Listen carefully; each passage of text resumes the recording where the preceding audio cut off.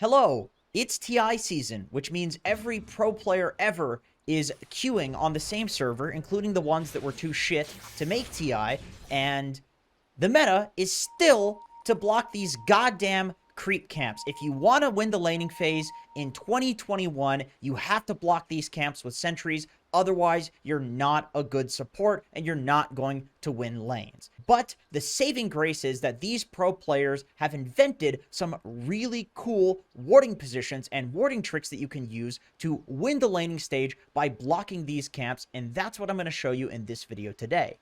Hello, Future Me here. And now I'm going to be advertising NordVPN to you for the next minute or so using Dota heroes.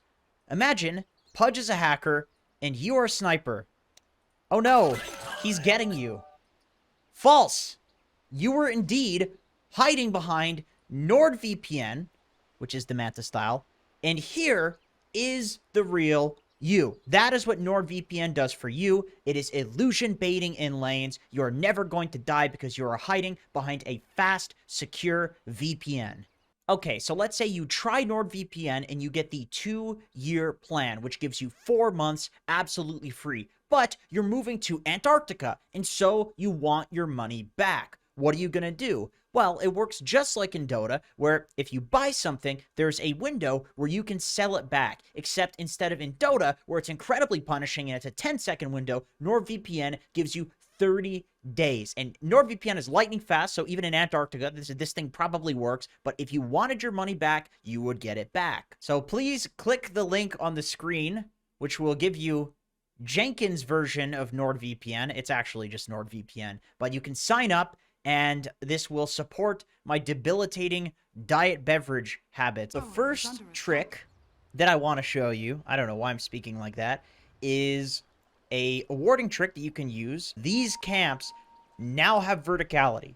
Don't ask me why, but if I take a ward, a sentry, I should say, and I try to place it as close to the edge as possible, and then place it as soon as it allows me while I'm moving my mouse up, and I go up here and we look at the camp, which of course has not spawned yet.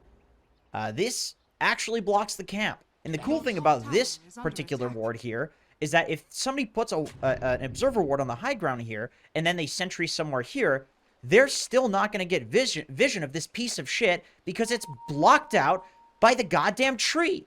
So you might be thinking, Jenkins, why the hell are you in a practice lobby? Sir, that is disingenuous. Clearly this is impractical because otherwise you would show us pub footage.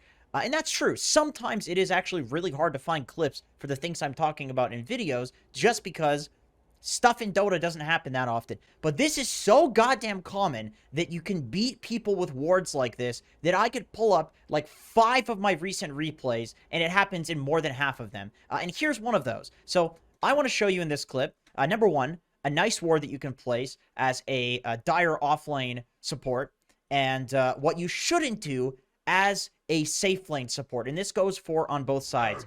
This ward blocks the camp, right? And so this guy is engaging in this meta of I'm going to sentry block your camp, you're going to sentry block my camp, neither of us are going to be able to pull, the lane's going to be 50-50. But this is a dog shit ward. Never do this. The reason you shouldn't do this ward is because if I sentry block his camp with a sentry ward, not only will I be blocking his camp, but I can also de-ward his ward. So you always want to make sure that your blocking sentries are out of range so that they're not just going to be hit by the blocking sentry in your camp. So this is a very suicidal ward right here.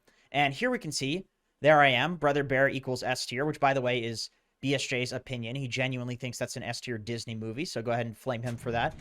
This is one of my favorite wards on the dire side offlane. The reason that this ward is nice is because usually the Radiant supports will place a sentry ward over here. This ward, they never see it. They have to walk all the way around here to see this ward. And even then, there's some weird tree blockages happening. And so this one, you always get a bunch of sentry wards. Where is this Fuker? That's what my Tidehunter said, and we horribly lost this game. But I want to show you this replay anyway because there was a dank ward that I placed, or D-ward. So look at where this is placed. This is kind of a hard one to place in that there's like 2 pixels in which you can place it. What you want to do is take your ward and then try to place it on this tree right here and just spam click it and then move your mouse slowly to the right until it allows you to place it. And the ward will be blocking the camp, but it will be out of vision of anybody that's standing up here. You actually have to wrap around the tree and come at it from like the right angle in order to see this. So you can see in this game that I'm not invisible, by the way. This is a glitch. I was able to deward the sentry ward that this dude placed after I had placed my sentry ward. So when it comes to the dire hard camp, my favorite place to put this is in these trees here, where you can take the ward and then slowly move it down towards the camp, and you'll see that there's some point where the camp turns red, and the sentry ward is still placeable. And so if you place it like that, in order to see this sentry ward, you have to like literally manually walk through the trees here. So the next trick that I want to show you is a 2-level trick, where the first level is extremely useful at every level of pub and basically doubles the amount of wards that you can deward, which I know sounds insane, but just wait until you see the trick. And then the second level is something that I see these TI players doing right now that only works against supports that are doing the first level of the trick, which a lot of people aren't doing it, so it's not that useful, but the first level is very useful.